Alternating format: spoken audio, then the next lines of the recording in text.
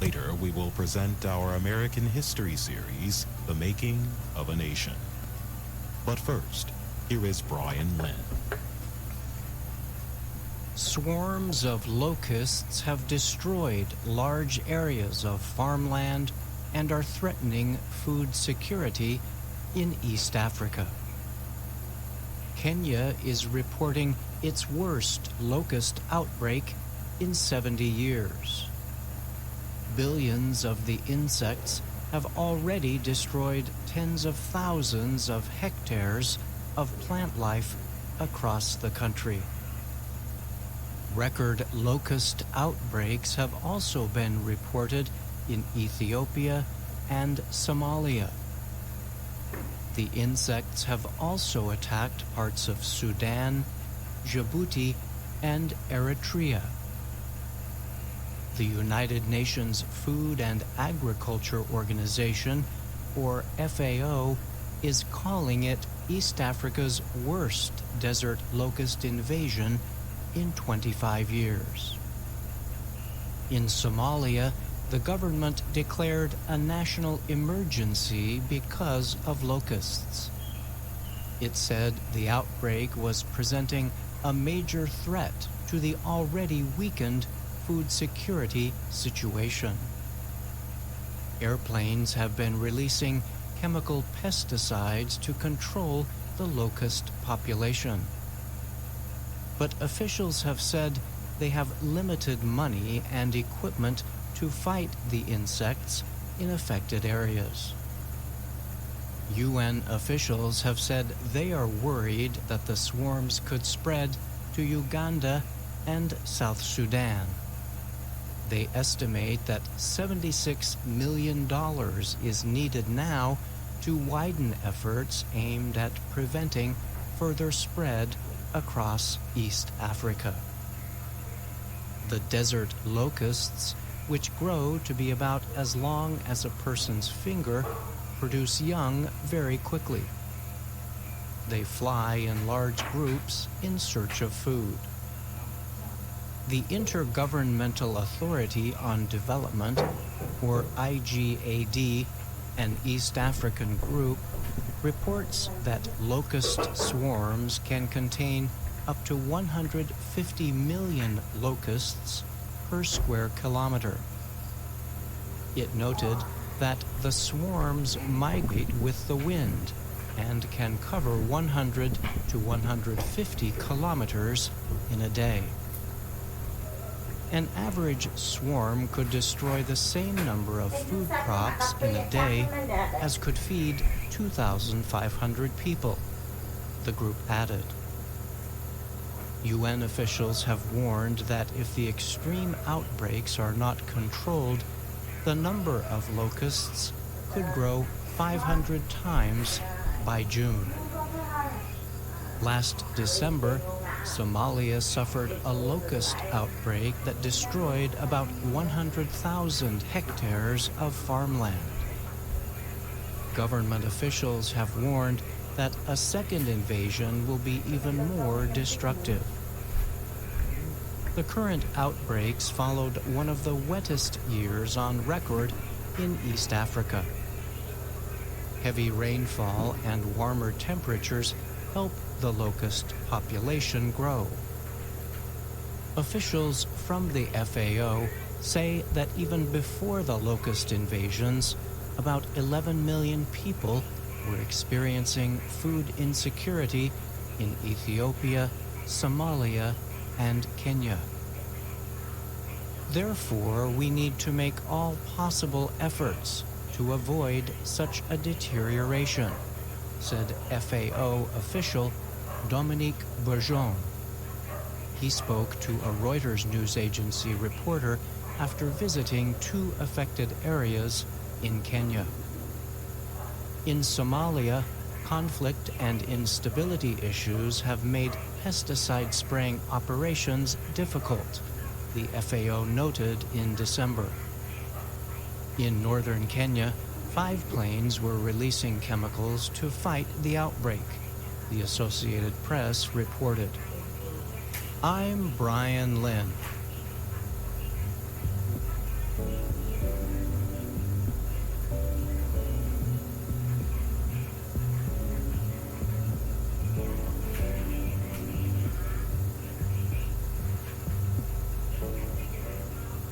its large campus in the middle of America, the University of Illinois at Urbana-Champaign is trying to keep the fast-spreading coronavirus away from its students.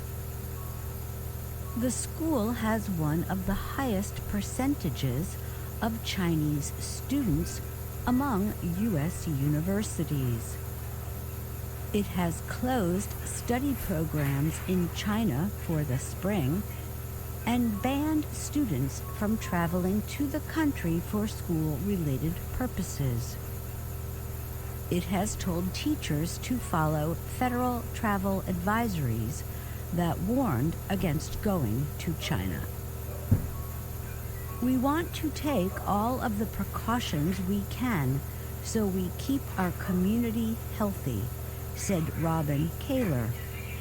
She is Associate Chancellor for Public Affairs at the University of Illinois, 217 kilometers south of Chicago. The first human-to-human transmission of the disease in the United States was confirmed in Illinois. More than 350,000 Chinese students are studying at universities and colleges in America. Also, about 10,000 American students attend school in China. Many of the Chinese students in the U.S. have traveled to China in recent weeks, which makes it possible that the virus might spread at universities. Colleges and universities are very much on the front line of those because of our role as global institutions, said Sarah von Orman. She is Chief Health Officer at the University of Southern California. In the American capital of Washington, D.C., public health officials say the risk of catching the virus remains low. Doctors, however, continue to see patients who are worried that their infection might be the coronavirus. The administration of President Donald Trump declared a national public health emergency on Friday. In medical centers and hospitals, doctors are preparing emergency systems and studying protocols in case the virus does begin to spread. The Centers for Disease Control and Prevention reported on Sunday that 11 cases of the Wuhan coronavirus had been confirmed in the U.S. They were in California, Washington State, Illinois, Massachusetts, and Arizona. Officials expect that number to rise. Several possible coronavirus cases are being investigated in Washington, D.C., Maryland, and Virginia. I'm Susan Shand.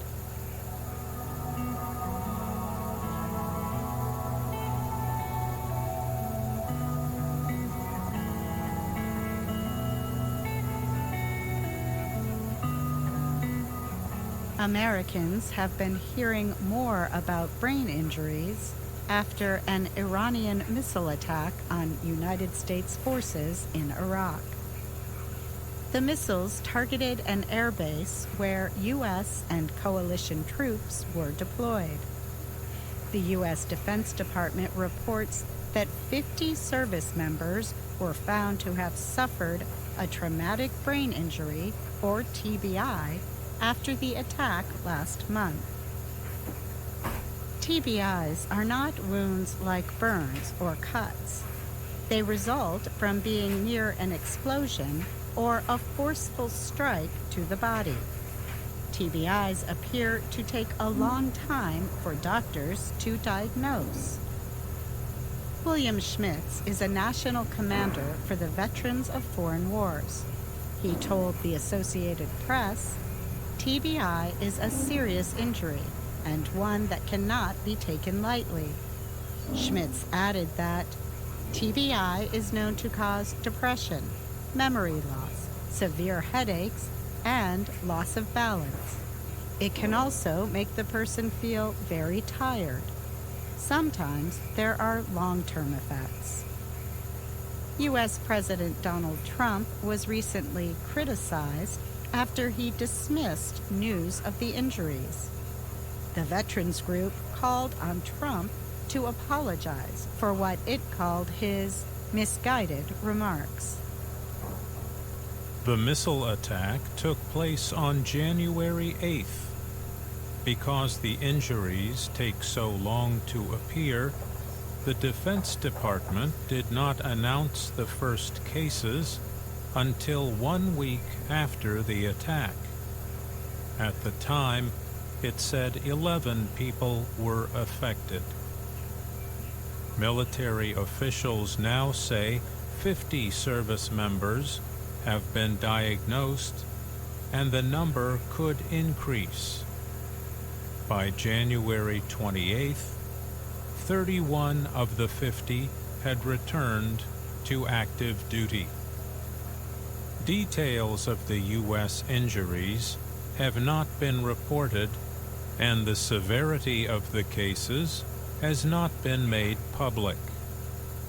No one was killed in the attack. It took place after a drone strike in Baghdad killed a top Iranian general who commanded the paramilitary Quds Force. TBI began to gain more attention after the U.S. military invaded Iraq in 2003 to oust President Saddam Hussein.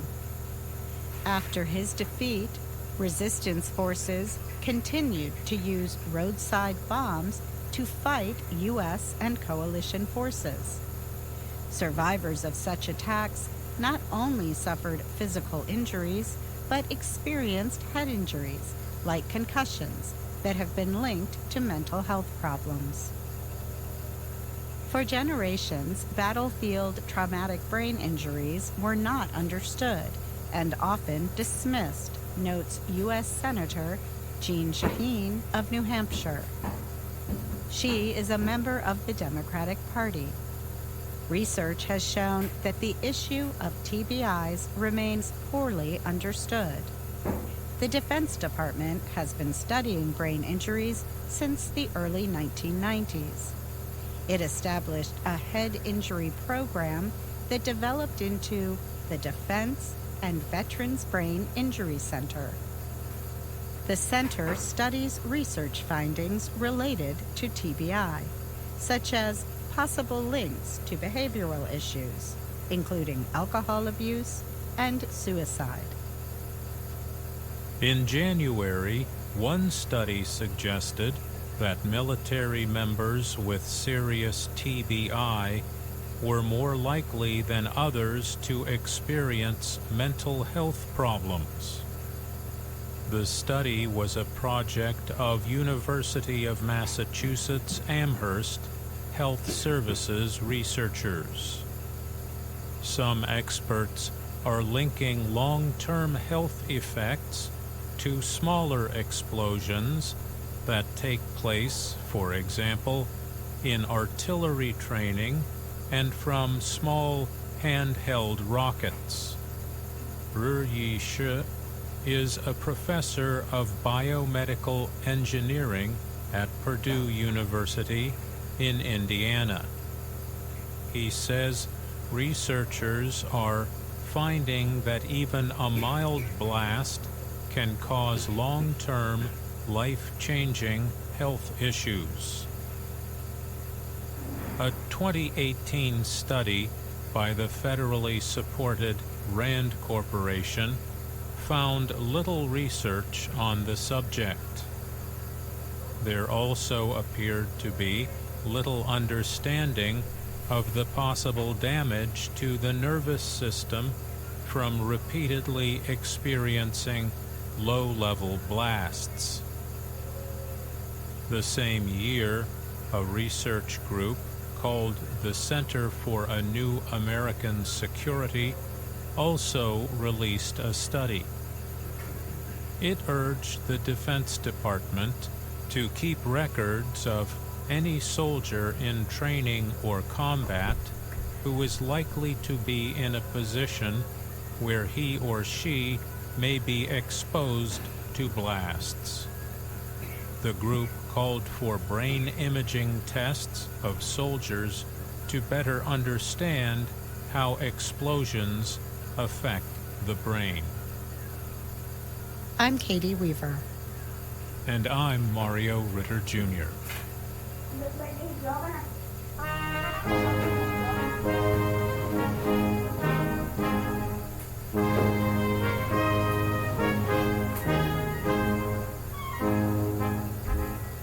Welcome to The Making of a Nation, American History, in VOA Special English.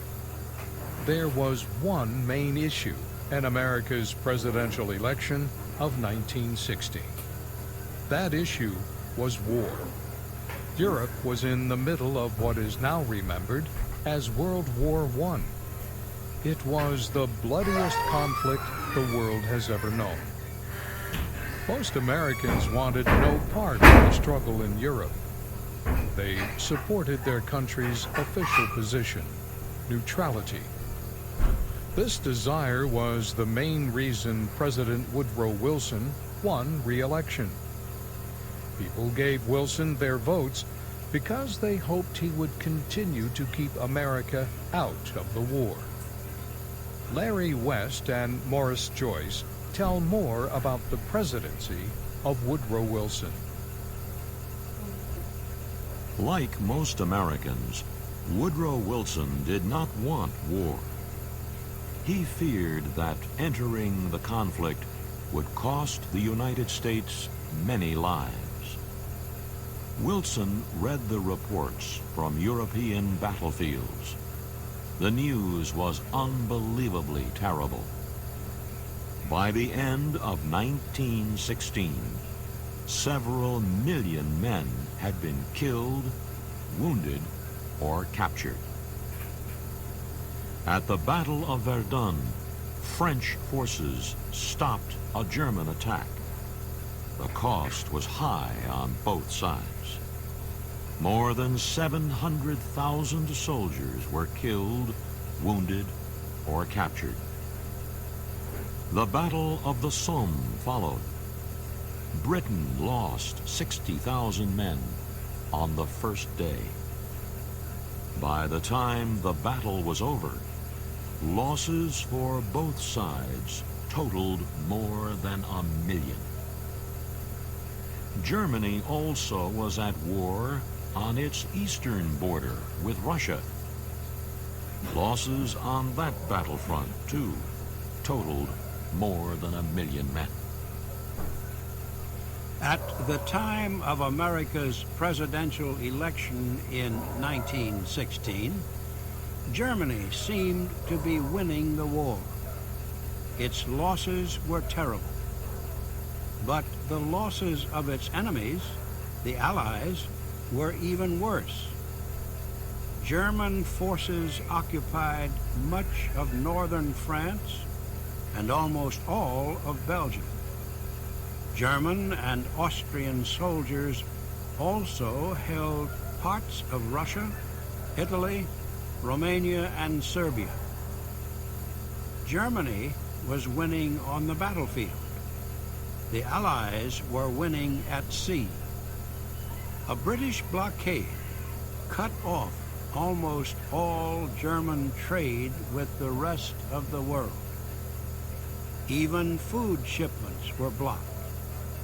As a result, Germany faced mass starvation. It urgently needed to break the blockade and get food. This situation finally forced Germany to make the decision that would bring the United States into the war. It decided to use its submarines to break the British blockade. The submarines would attack any ships that came near Britain or other parts of Europe. This included ships from neutral countries, like the United States. Earlier, Germany had made a promise to the United States. Its submarines would not attack civilian ships unless warning was given and the lives of those on the ships were saved. Now Germany was withdrawing that promise. It said unrestricted submarine warfare would begin immediately. German ruler Kaiser Wilhelm said, "If Wilson wants war, let him make it, and let him then have it." President Wilson immediately broke diplomatic relations with Germany. He still hoped the two nations would not go to war. He left that decision to Germany. If German submarines sank American ships, Wilson would have no choice but to declare war. Most American shipping companies feared attack by German submarines. Throughout the early part of 1917, they kept their ships in home ports. They wanted protection. So, they asked for permission to arm their ships. At first, President Wilson refused to seek such permission from Congress. He did not want to do anything that might cause Germany to declare war. Then he received secret news from Britain. British agents had gotten a copy of a telegram from Germany's foreign minister to Germany's ambassador in Mexico. The telegram said Germany was planning hostile acts against the United States. Wilson acted quickly. He began putting guns and sailors on American trade ships.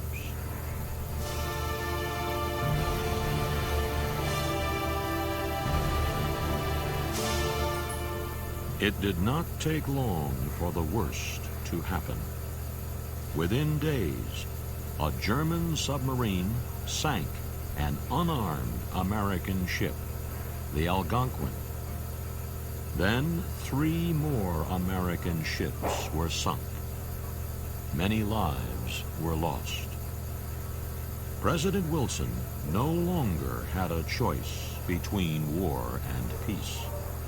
There would be war. Wilson called a special session of Congress. Members of both the Senate and House of Representatives gathered in one room. They stood as the president walked quickly to the front. He stood silent for a moment before speaking. This is what he said.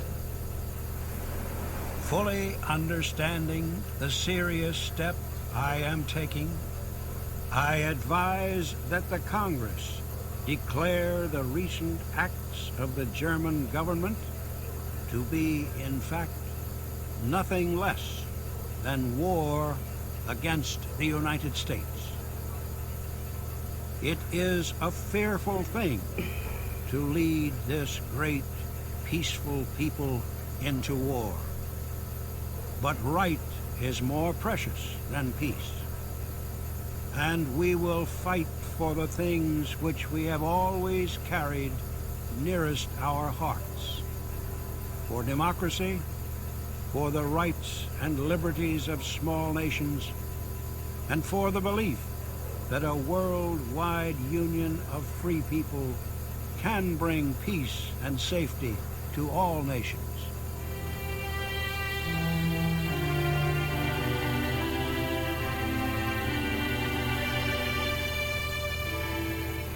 President Wilson's emotional speech brought tears to the eyes of many of the lawmakers.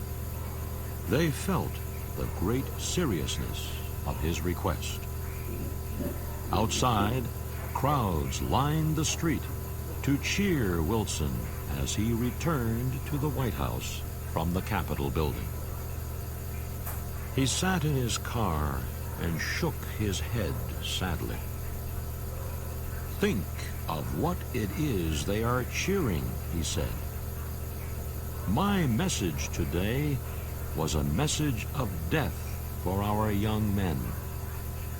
How strange it seems they would cheer that." On April 6th, 1917, Congress approved a declaration of war against Germany. The Allies, Britain, France, and Russia welcomed American involvement. The war was going badly for them. It had been very costly in lives, money, and supplies. Allied shipping was suffering heavy losses from German submarine attacks. A British naval blockade had greatly reduced food shipments to Germany. Now, Britain itself faced dangerously low supplies of food. Allied representatives went to Washington to explain what the Allies needed. They needed supplies, especially food, immediately. They needed money to pay for the supplies. They needed ships to get the supplies from America to Europe. And they needed American soldiers.